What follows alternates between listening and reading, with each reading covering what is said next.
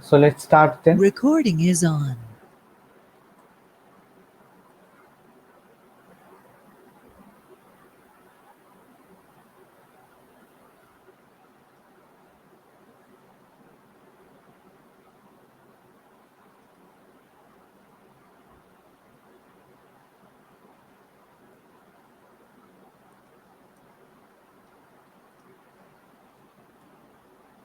Okay.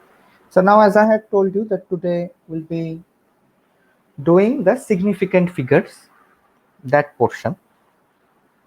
So let's see how much you can tell me, because you already know about significant figures. So this is something that you will only tell me the answers.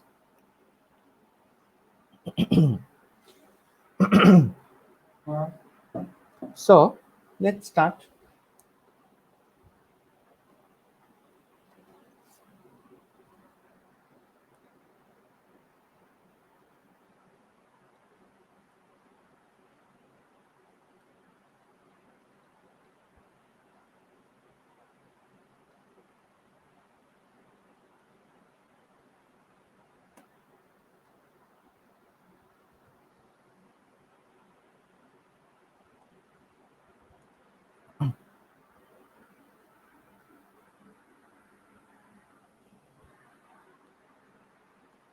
So tell me, how many significance figure are there in this? Suppose 876 meter. So how many significance are Three. figure? Three are there. So three significant figure.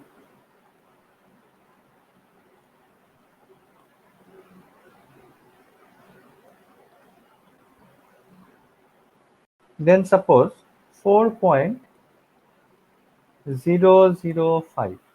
So here how many are there? Four. So here you have four significant figure. So the thing is, all the non-zero digits, all non-zero digits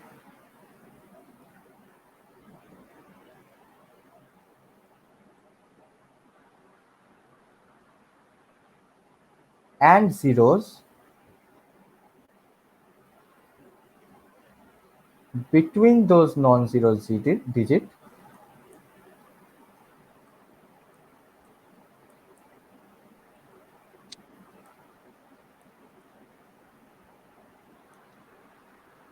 are significant.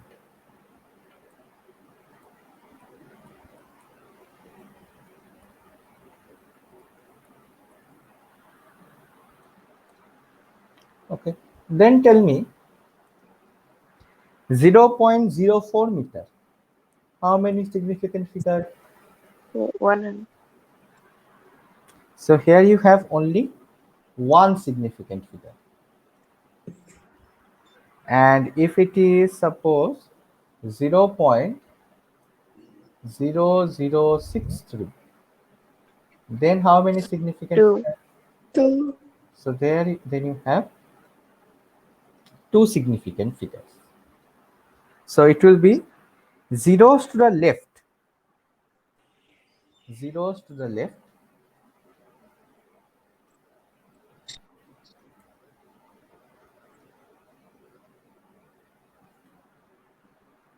Zeros to the left of the first non-zero digit, of the first non-zero digit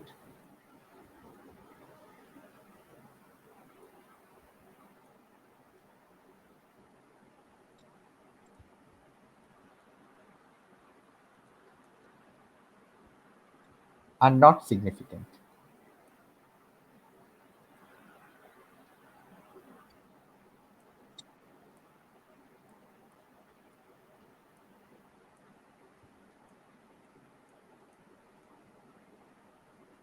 Then the next category that we see is, suppose you take this 6.40. So how many significant figure in this case? Two. So here you have Three significant figure. Okay. And if you have suppose this,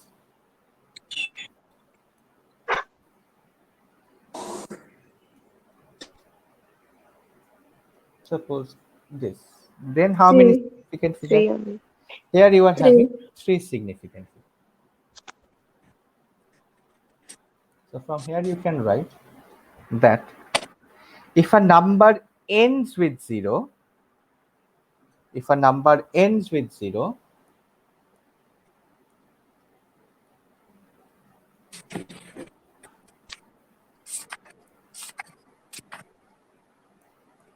if a number ends with 0, but these zeros are to the right of a decimal point,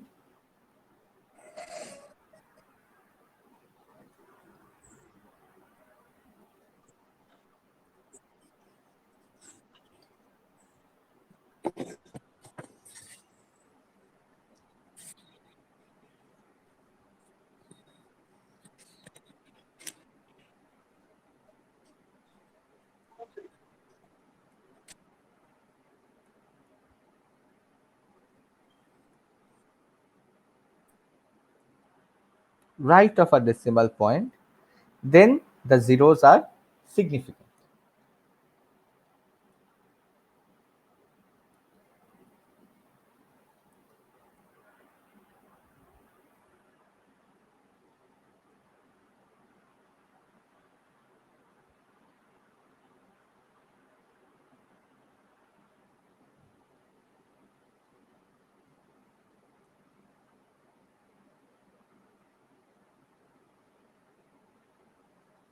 Okay, so till this much, so if one of you know, and it's okay also, then tell me this, the next point, suppose 200 meter. So here, how many significant figure do you have? One. One significant figure. Okay.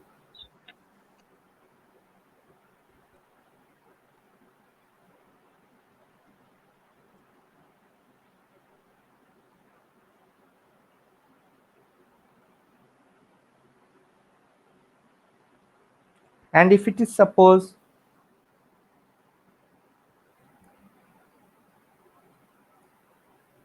then how many significant figure?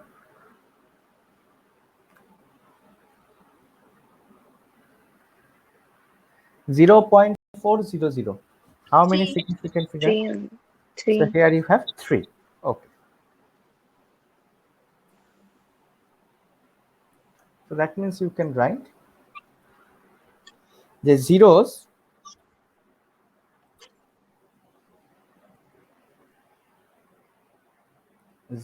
at the end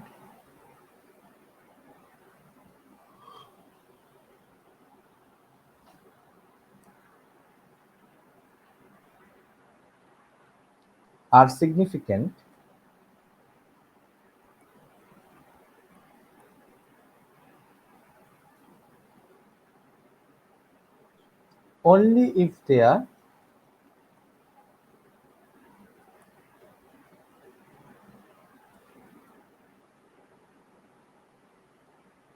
only if they are situated right of the decimal.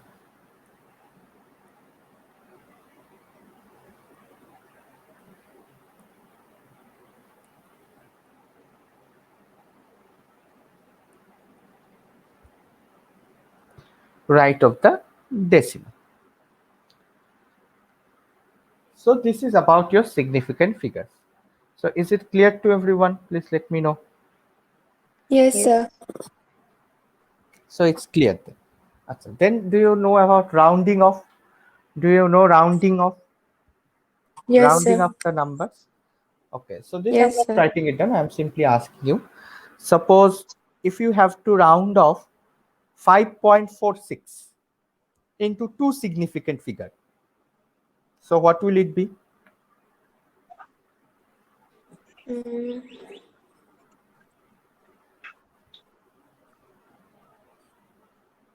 5.5.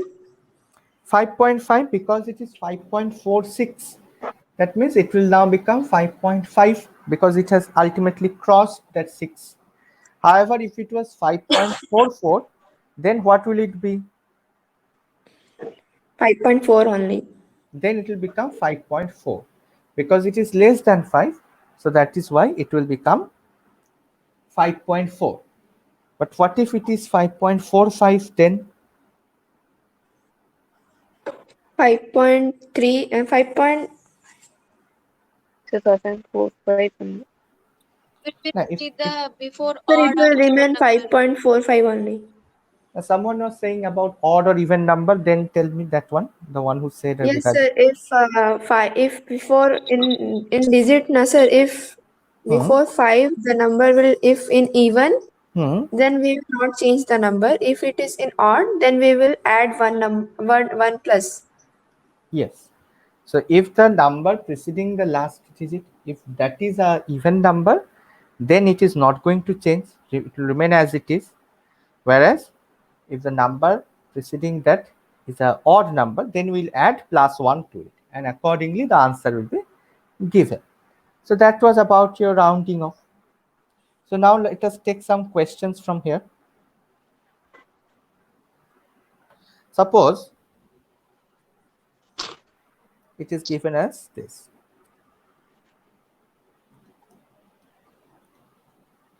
So these are very easy topics. Generally they do not come, but because you have only one chapter, that is why it is better to do this. So the density of copper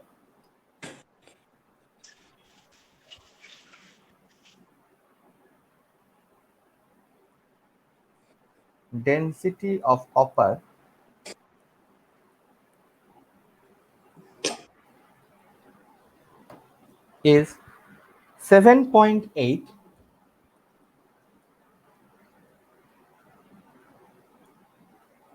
gram per cc, and its weight is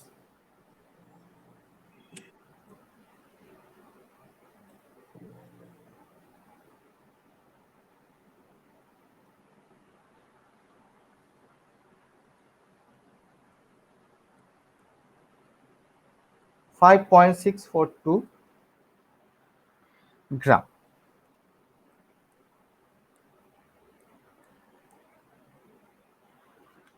Report the volume of copper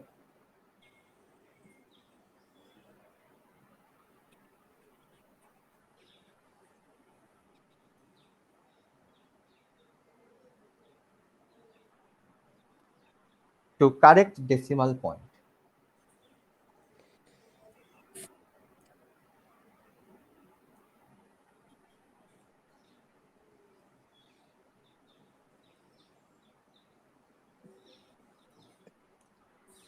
Chalo, do it and tell me.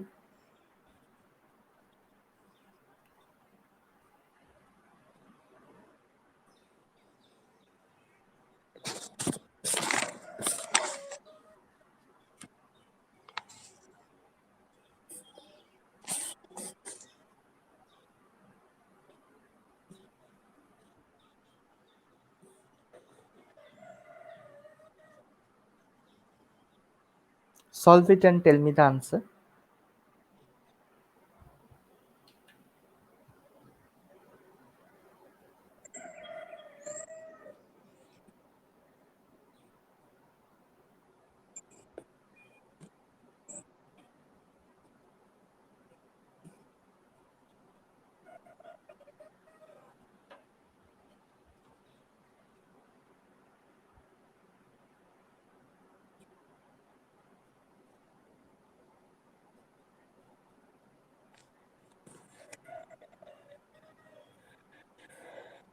Have you done it? What formula are you using? Density is given. Density equal to mass by weight volume. Okay, so from here calculate the volume using that particular formula.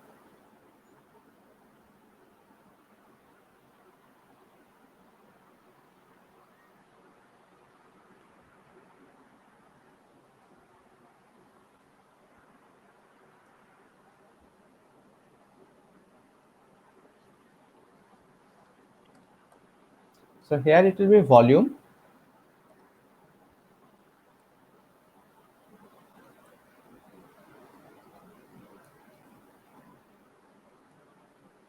is equal to mass by density.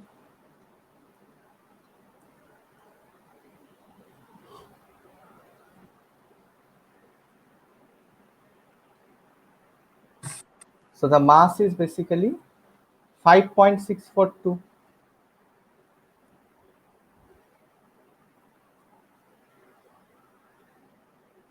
Gram per centimeter cube.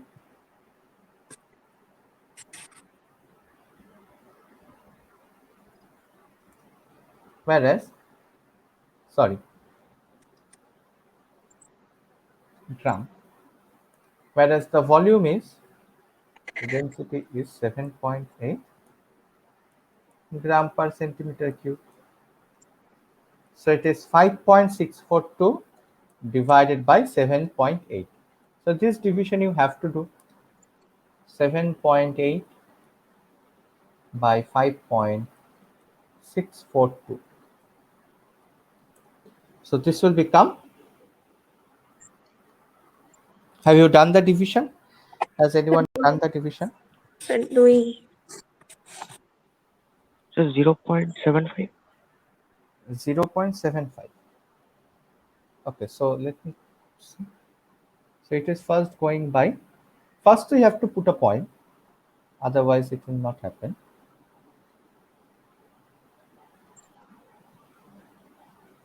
Yes, so it will become 564. So yes, 78 sevens. 7 sevens are 49. So 490 plus 49. 490 plus 49. That is basically 500, 510, 20, 30, 539. 539.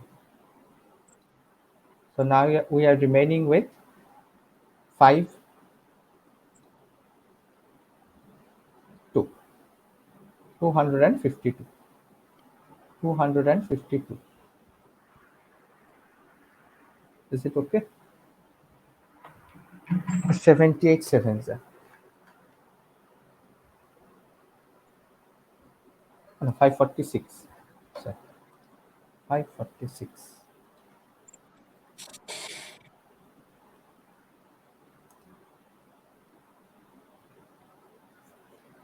$546.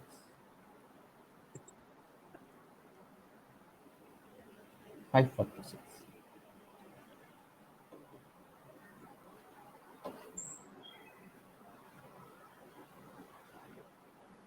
So this is 8, and this will become 180, 182. So now it will go by 2 only. 78 twos are 140 plus 16. 140 plus 16 is 156.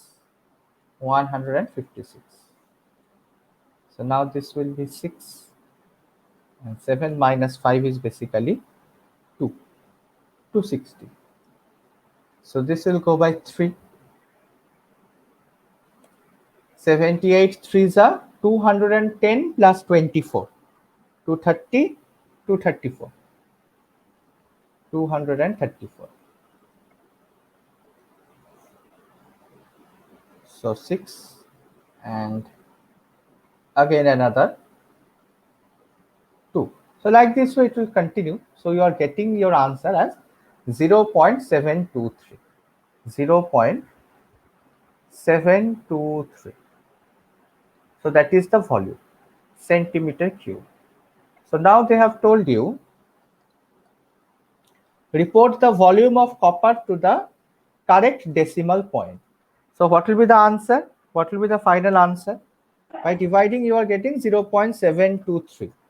So if you have to bring it to the correct decimal point, then what should be your answer? 0.7. 0.7. Why 0.7? Rather, it will be 0.72. It should be 0.72, because the result should be having two significant figures. The result should be having two significant figures. So that is why it should be 0.72, because the least precise number that we have is 7.8. That means this is having two significant figure. So the results should also have two significant figure, 0.72.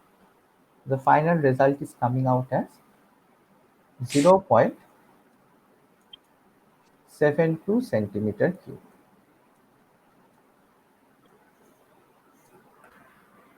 So you can write it down that the result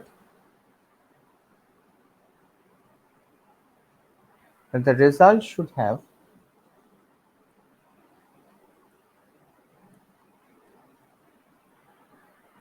two significant figure,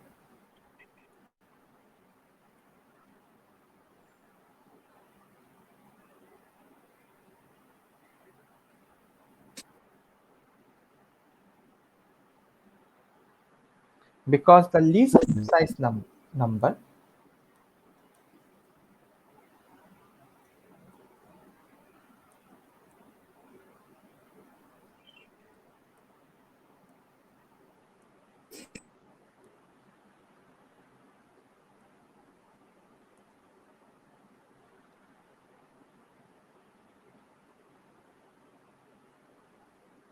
has two significant figure.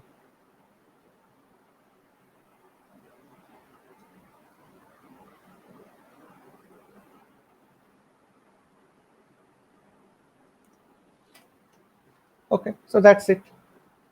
So this is about a bit about rounding off and your significant figures.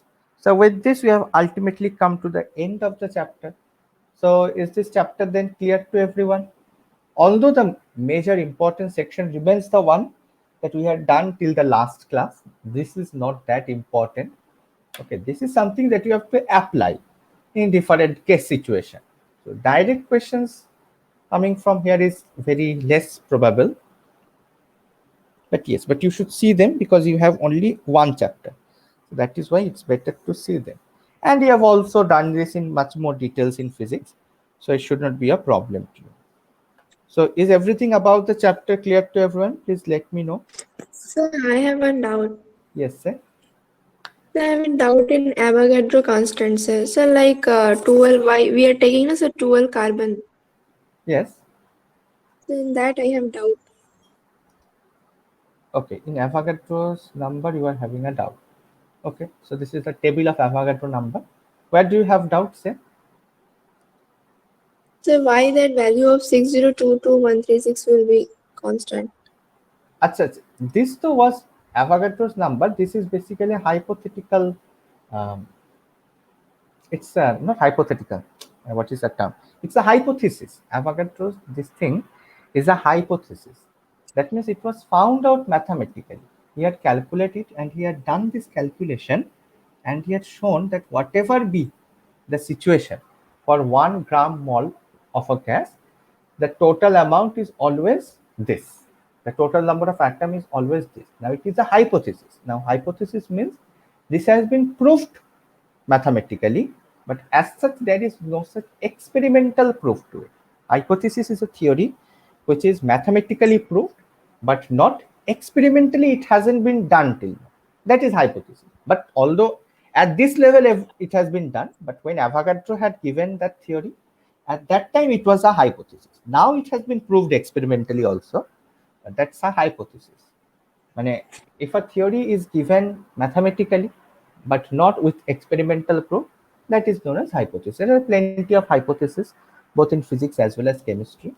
So yes, so Avogadro had actually calculated it and proved this mathematically to show that whatever be the element or the molecule that you are taking into consideration, 1 mole of that particular substance, one molecular mass of that substance always has the same number of atoms. So now there is a proof to this Avogadro's theory, but since we do not have that in class 11, 12 level, so we didn't do that proof. We simply have to know the Avogadro's number and do its application in different numericals.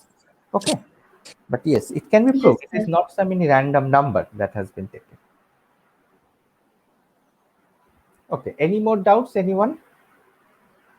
You have to remember this constant, okay? This is very, very important. You have to remember it.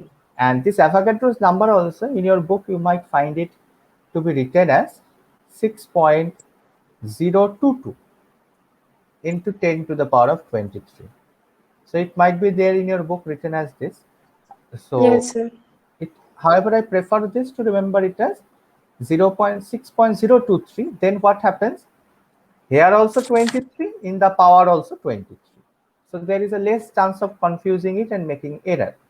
Okay. However, if you write it as 6.022 into 10 to the power of 23, then actually in the exam pressure you might get confused that where will be 23 and where do I put 22. So that is why whenever I write it in this way so that there is no less chance of confusion. And moreover, it doesn't make any difference also. Writing it as 6.023 and 022 in such a big number, it doesn't make any difference. Okay. And in numericals, depending on the numerical, you can even take the Avogadro number to be as 6 into 10 to the power of 23. Okay. So that also doesn't cause any difference. Okay. Any other doubts, anyone from this particular chapter?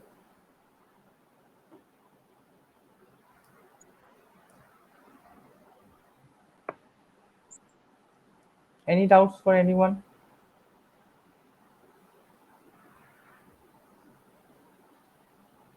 Okay, so no doubts then. Then I move on to the next chapter. Sir, Yes, sir. yes, I have doubt in Gay-Lussac's law. Okay. Where doubt? Which part of the law do you have doubt, sir? Sir, I have not understood. I didn't teach Gay-Lussac's law. That is, oh, acha, I thought. Yeah, Gay-Lussac's law.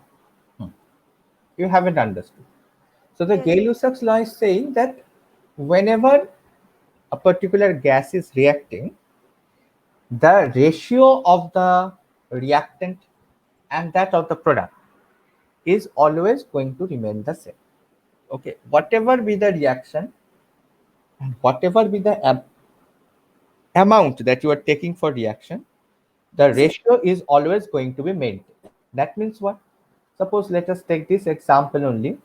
Suppose 1 nitrogen plus 3 hydrogen giving us 2 ammonia. So this we have already done, ammonia formation reaction learnt in lower classes. Nitrogen plus 3 hydrogen giving us 2 ammonia. So that means the ratio over here is 1 is to 3 is to 2. 1 nitrogen, 3 hydrogen giving 2 ammonia. 1 is to 3 is to 2.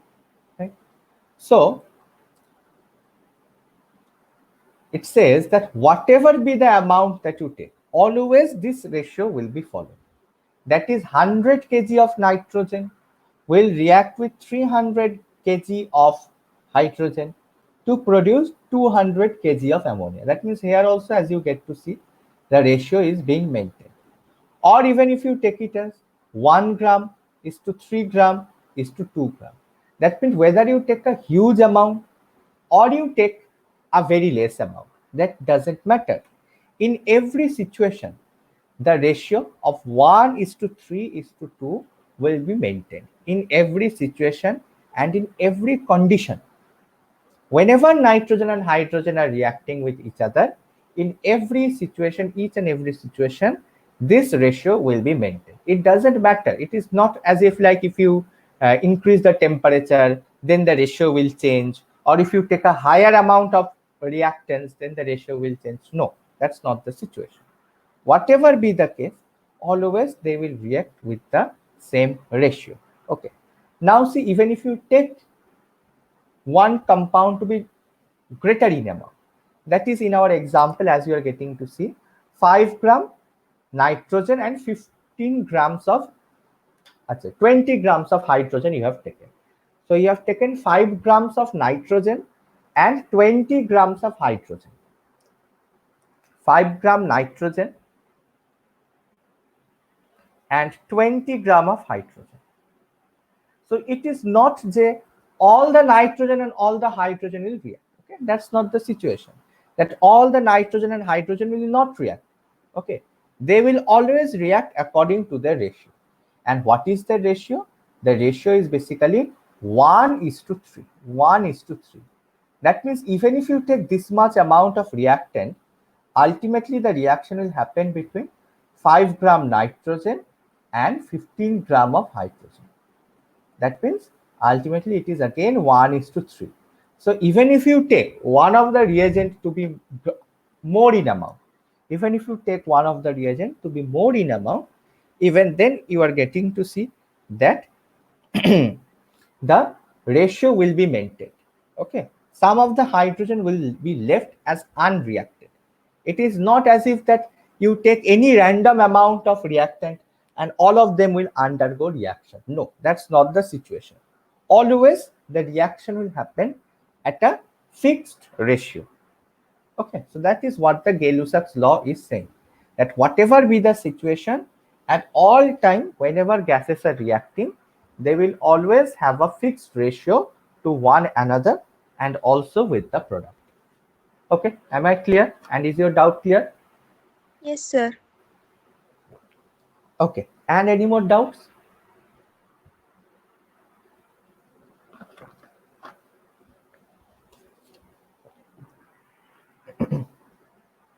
Okay, then I think no doubts. Then let us move on to atomic structure part.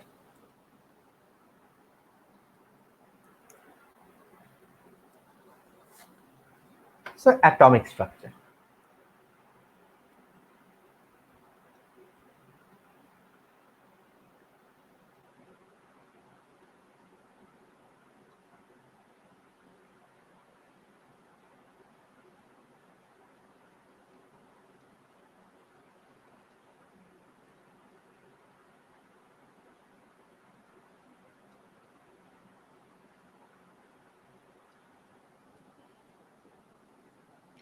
Okay. So under this chapter, we are actually going to see how an atom is looking from inside. We are going to see how the structure of an atom is being defined. That means what is present inside an atom, how are they present. All these things will be studied under the head of this chapter. Okay. Now this chapter is basically a kind of history chapter. History in the sense that here we'll be reading the contribution of one scientist. First we'll be reading the theory of one scientist. We'll learn about it, then we'll learn the drawbacks of that theory, and then we'll be moving on to the work of the next scientist. Okay, so that way it's a kind of like history thing where the contributions of different scientists will be learned, because ultimately by developing one the work of different scientists over a period of time by modification, the ultimate structure of atom as we know today has come. And this is also a chapter that you have done in your lower classes as well.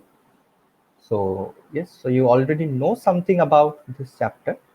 So in class 11, we'll be just modifying upon those particular concepts. That's what will be done in this situation. So now you know that atom, for a long time, it was thought that atom is the smallest part of an element. Atoms are indestructible and atom is only the smallest part of a particular element. But later it was seen that no, atoms are not indestructible, and atoms can also be divided into subatomic particles. So although it was initially thought that atoms are the smallest part of a particle, later it was realized that atoms can be divided into subatomic particles. They can be divided into the subatomic particles. And what are those subatomic particles? What are the subatomic particles that are present inside an atom? Let me know. What are the subatomic? Electrons, protons, and neutrons. Yes, so they are electron, proton, and neutron. So these are our subatomic particles: electron, protons, and neutron. So it was thought initially that atoms cannot be divided, but now it is being seen that atoms can be divided into electrons, protons,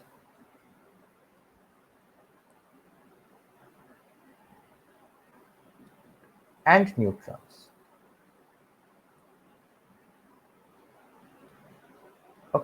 So these are the major subatomic particles. It is not that these are only subatomic particles. There are many more subatomic particles, of which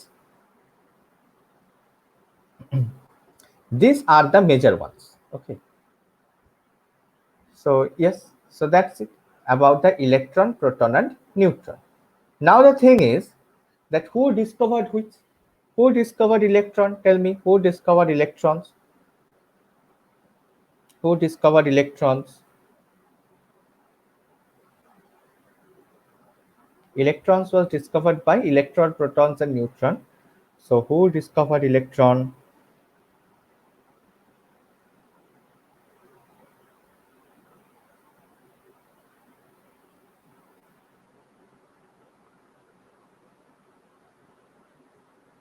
Chalo, do you remember it?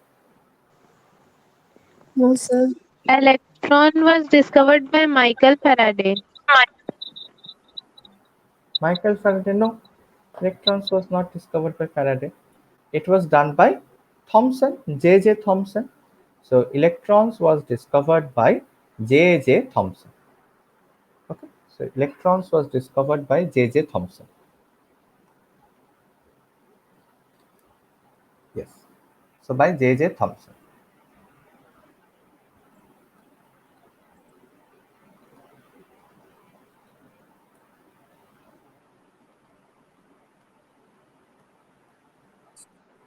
Protons was discovered by who discovered protons?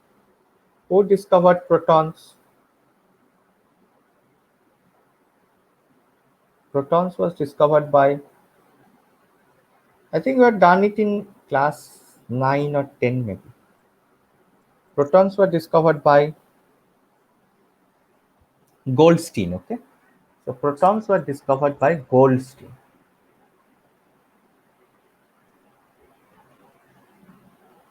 Whereas neutrons were discovered by Chadwick.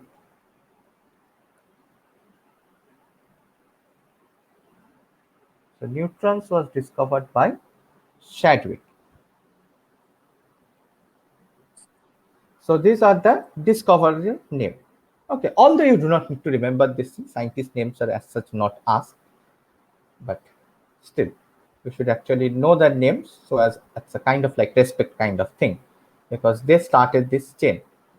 So now can you tell me what is the mass of an electron? What is the mass of electron? What is the mass of electron? What is the mass of electron? What is the mass of electron and what is the charge of electron? Tell me that.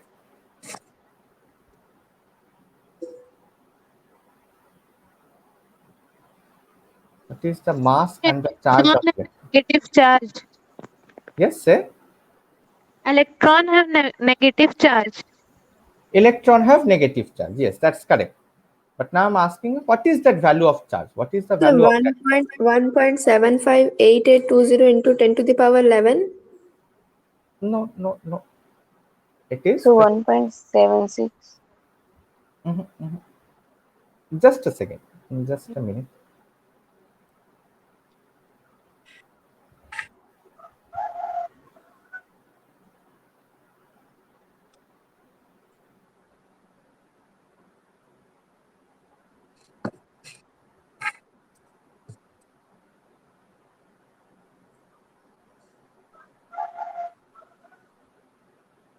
Okay. So actually, I was trying to download your syllabus, the reduced portion.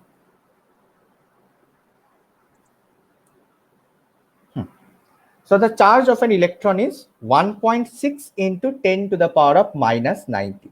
1.6 into 10 to the power of minus 90 coulomb.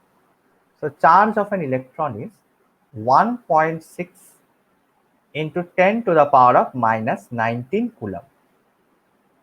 Whereas the mass of an electron is 9.1 into 10 to the power of minus 31 kg. So these are the charge and the mass of an electron. Again, these are data that you need to remember. Now electrons, as you know, electrons are negatively charged. Protons are positively charged, while the neutrons are neutral. They do not carry any charge. Electrons are negatively charged.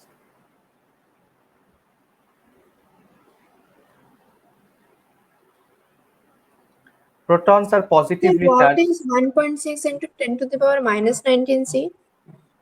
It is actually the charge of an electron. Charge of an electron. Charge carried by an electron is 1.6 into 10 to the power of minus 19 coulomb. C means coulomb. Coulomb is the unit of charge. Okay. So It is- 9.1 also same. no, that is the mass. This is the mass of electron. Mass of electron, and this one is the charge of electron.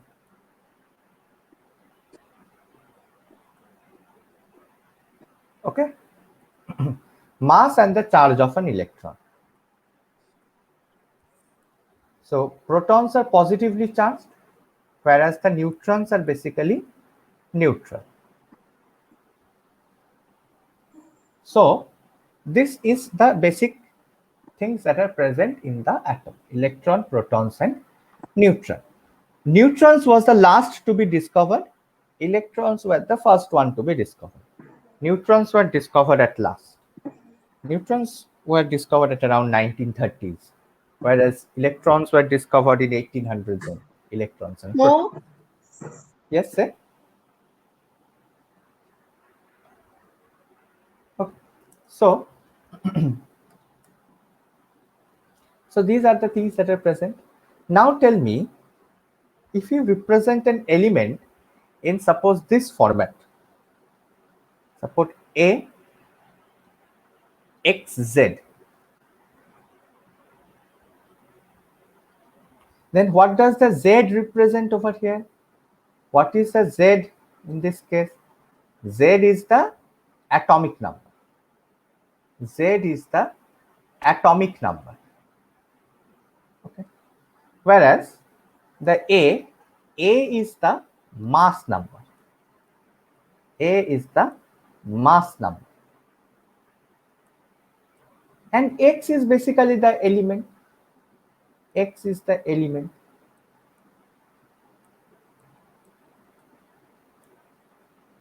So what information can you get from atomic number? What information can you get from atomic number? What does atomic number represent? Atomic number represents the number of electrons. Number of electrons. Atomic number is actually telling us about the number of electrons, which is also equal to the number of protons. So in a neutral atom, number of electron and the number of proton is always same. In a neutral atom, the number of electron and the number of proton is always same. Okay. Then what is mass number? What is this mass number?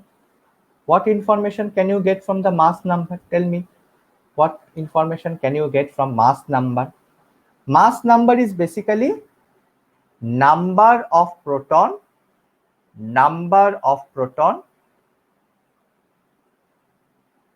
plus number of neutron. So the mass number is number of proton plus the number of neutron. So from mass number we can actually get this information, the summation of proton plus neutron, and atomic number is giving us the information regarding the number of electrons and the protons that are present. So for example, if you are given 39 potassium 19, so then tell me how many electrons are there in potassium, how many electrons are present in potassium, how many electrons, how many protons, and how many neutrons. So tell me, how many electrons are there in potassium 39K19? Then it's very easy though. How many electrons are there? 19. 19, because it is the atomic number which tells us about the number of electrons. So it is 19. How many protons are there? 19 only. Protons are also 19. And how many neutrons are over here? How many neutrons?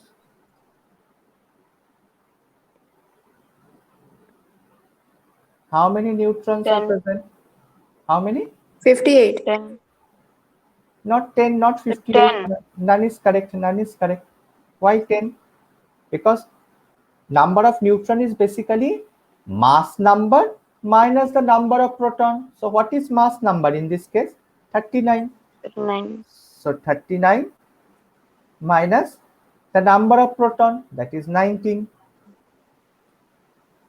So that is equal to 20. 20. Okay. So 39 minus 19 is 20. So you can say that number of neutron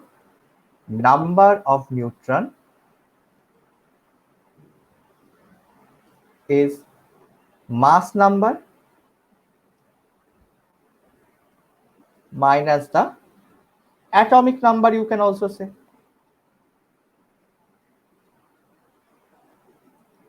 The number of neutron is mass number minus atomic number. So you should know these things, because sometimes you'll be given this and you have to write down the electronic configuration. So you should be able to identify which one is electron, how many protons are there, and how many neutrons are there.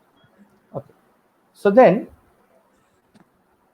once that we get to know that atom is actually consisting of electron, protons, and neutrons, then the next question that arises is, how are these electron, protons, and neutrons arranged inside an atom? Initially, we knew that atoms are indestructible, so that is why no problem, because atom is only the smallest element.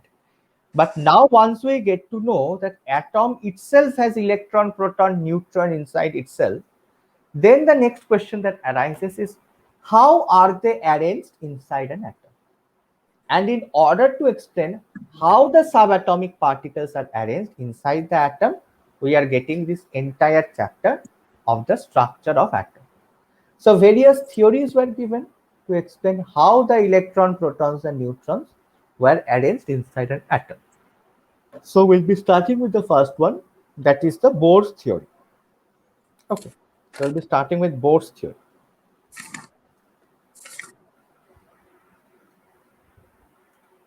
So in our syllabus, developments leading to Bohr's model of atom, from there on it will come. Developments leading to? Bohr's model of atom. Yes, it is saying the structure of atom. The first point is Bohr's model and its limitation. The Bohr's model and its limitation. So before that, you have Rutherford's model. So that one is not there according to the latest syllabus.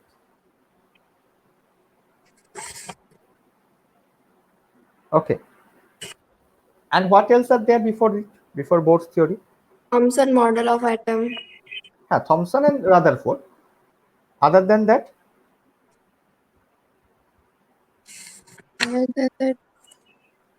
So that charge to mass ratio of electron, charge on the electron. Okay. And that is Discovery Millikan's, of yes, Millikan's oil drop experiment and discovery of electron, protons, and neutrons, right? With all those cathode rays and also, yes, those things are not there. Cathode, anode rays, those things are not there. So from this, no questions will come, sir, from before Bohr's model? No, if it is, this depends on actually on the school. So what does your school do? What did your school do in class 10? Yes, sir.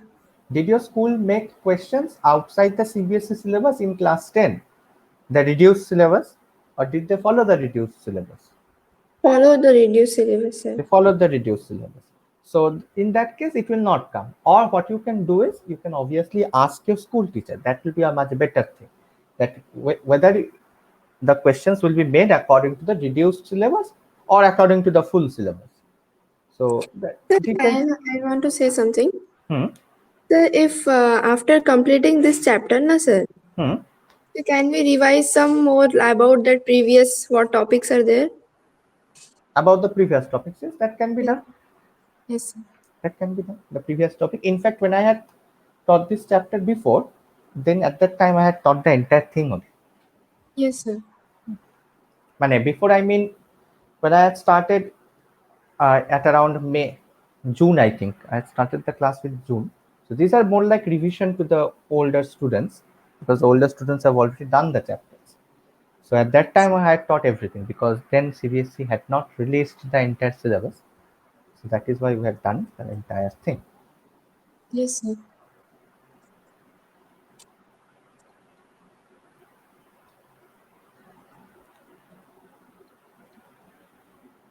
But yes, if you are thinking it from the level of like just question solving purpose, then they did not release anything that actually comes in question paper.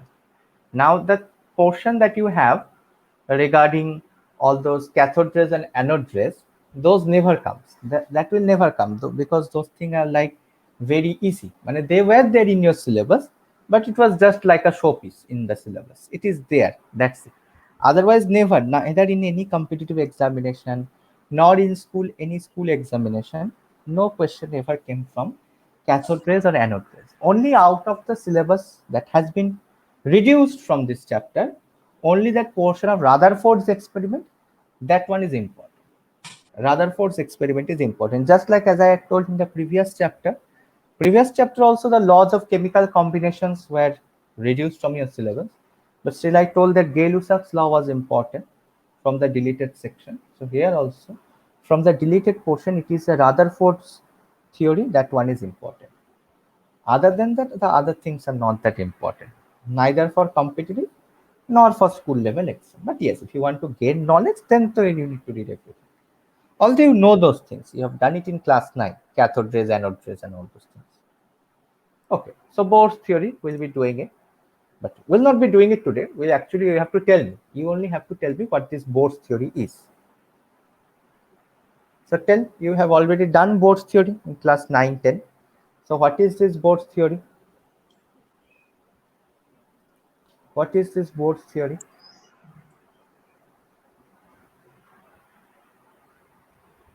Sir, in which dual character of electronic waves take place, radiation? Bohr's theory doesn't speak of any dual character. That is de Broglie's theory.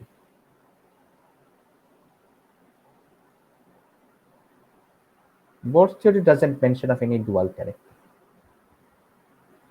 So Bohr's theory had actually said how the electrons are arranged around the nucleus. So if we know about Rutherford's theory, Rutherford had actually concluded that in the center you have the nucleus and the electrons are revolving around the nucleus. That was the Rutherford's theory. So according to the Rutherford's theory, at the center of the atom you have your nucleus in a very small and the electrons are simply revolving around the nucleus. So this was the Rutherford theory, that in the center you have your nucleus. In the center you are having the nucleus. Okay, and around this nucleus the electrons are revolving. So that was Rutherford's theory. Now the problem that arises, one of the limitations of Rutherford's theory was that Rutherford never mentions about the radius of the electron. That means if this is the nucleus, electron can revolve like this way also. Electrons can revolve around the nucleus by this radius, or for that matter this radius, or even from very far away also.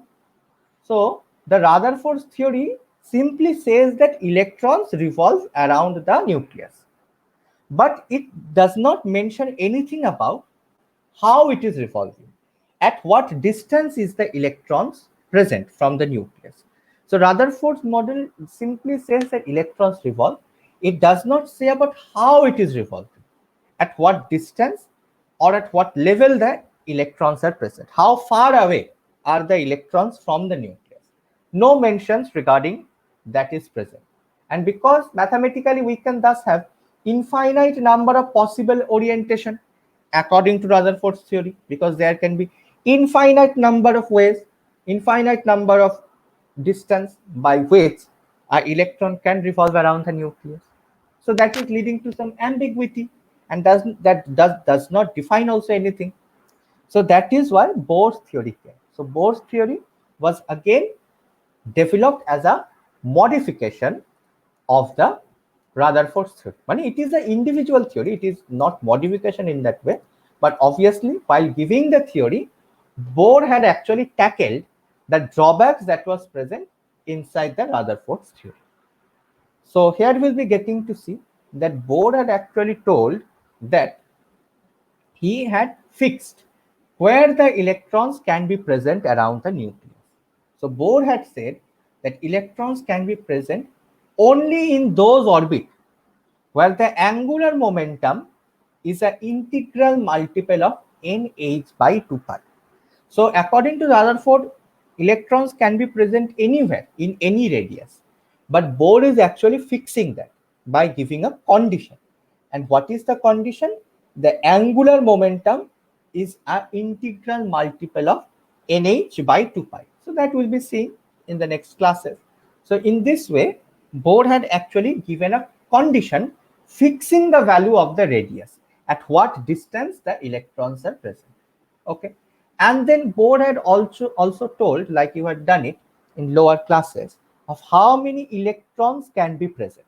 Like Bohr had actually given the arrangement of electrons inside the atom. So can you tell me this configuration of potassium according to Bohr's theory? Potassium, which has 19 electrons. So what will be the arrangement of electrons according to Bohr's theory?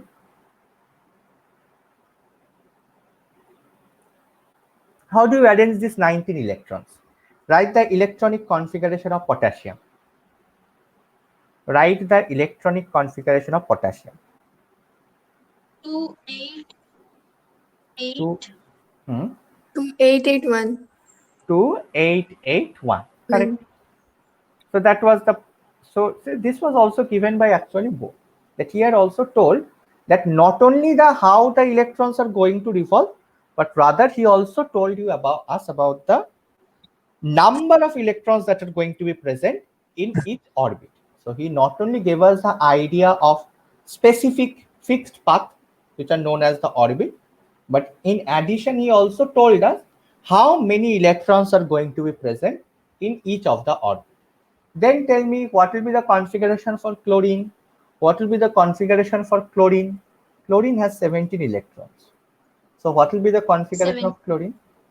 Yes, can you repeat once again? 287. 287. Yes, so this 287. So this type of configurations was given by Bohr. So he not only gave us about the orbit concept, how the electrons are going to be revolving, but in addition, he also told us how many are going to be present in each of the orbit. However, Bohr's theory, as a matter of fact, was only applicable for one electron system. So Bohr's theory is only applicable for one electron system. One electron system. So in reality, Bohr's theory is basically applicable for one electron system. That means system which is going to have only one molecule, one electron. That is hydrogen, helium plus. Helium has generally 2 electrons. So if you remove 1 electron from helium, it will become helium plus, having 1 electron. Lithium 2 plus. So these are the situations in which Bohr's theory is actually perfectly applicable. In other situations though, Bohr's theory is not applicable so much. But still we'll be learning about that. We'll be learning about the postulates given by Bohr. So what Bohr had actually done, it's not that Bohr had simply given us the formula. No, that's not the situation. Bohr has not given the theory. The main success of Bohr's theory is that he had actually shown the calculation. What did he calculate? That is, using his theory, using his logical theory, Bohr had calculated the radius, the energy, and the velocity of an electron. So using his particular theory, using the assumption and using the models of his theory, Bohr had mathematically calculated the radius, velocity, and energy of electrons. We'll be seeing those formulas in the next classes. And it was seen that his mathematical calculation was very, very accurate with the experimentally observed value. So the answer that he got by doing the mathematical calculation it was very similar to the experimentally observed data. So that means what? This proves that his theory must have been correct. That his theory must be correct, because if something is matching with the experimental data, that means my theory must have been correct. My sum is correct. Like whenever you are doing a math in any subject, be it physics, chemistry, mathematics, if your answer that is coming is matching with the answer given in the book, then you can conclude that your sum is also correct. Then the procedure that you have done, that is also correct. So here also the same thing. Because the mathematical calculation of Bohr matched with the experimental data, it was proof that his theory was correct. So that is the main success. The main success is not only the theory, because many people have given their own theories. Before Bohr also, many other scientists have given their own particular theories. Okay, but it was seen that in most of the cases, the theory failed to explain the experimentally observed values. But that was not the case. The Bohr's theory not only explained those values, but it was very, very accurate. So that means that is why Bohr's theory is so much significant. Okay. Although Bohr had actually done his mathematical calculation with hydrogen. So when Bohr had submitted his research paper, the calculations were done with respect to hydrogen. Later, after Bohr's theory was established, later when it was seen that for other atoms, if you applied Bohr's theory, it does not match with the experimentally observed data. Although those are like the very sophisticated calculation, we do not have to do those things.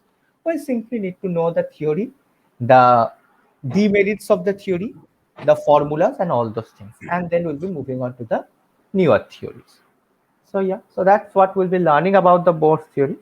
In the next class, we'll be seeing this Bohr's theory. I'll write down the postulate and the formulas and limitation. All those things will be discussed in the upcoming class. Okay. Now our work for you, I don't remember whether I had told you or not. That is for this chapter. You need to know all the elements from 1 to 30. Like if I tell you sulfur, you need to tell me the electronic configuration. So for that, you need to know the atomic number of those elements. So for now, everyone must remember 1 to 30, all the elements of the periodic table from 1 to 30. Okay, so that even if I tell you a random, suppose if I tell you manganese, you have to instantly tell me manganese has an atomic number of 25. So like that, no thinking. Okay, you cannot give time to think. You have to tell me instantly. If I tell you nickel, then it will be 28. And then you write down the configuration. Because the atomic numbers will not be given to you. Okay. They will simply tell you to write the configuration of potassium or the configuration of chromium. So the atomic numbers will not be given to you. So for now, you have to memorize all the elements of the periodic table from 1 to 30. Once you complete memorizing 1 to 30, then I will tell you the other things that you need to memorize from periodic table. For now, you have to memorize from 1 to 30. Okay, am I clear to everyone? Yes, sir. Okay, so I won't be proceeding further anymore because this one is a very long topic regarding to Bohr. So that will be starting in the next class itself. Okay, so Yes. then that's it for today. I'm disconnecting the call. Bye everyone.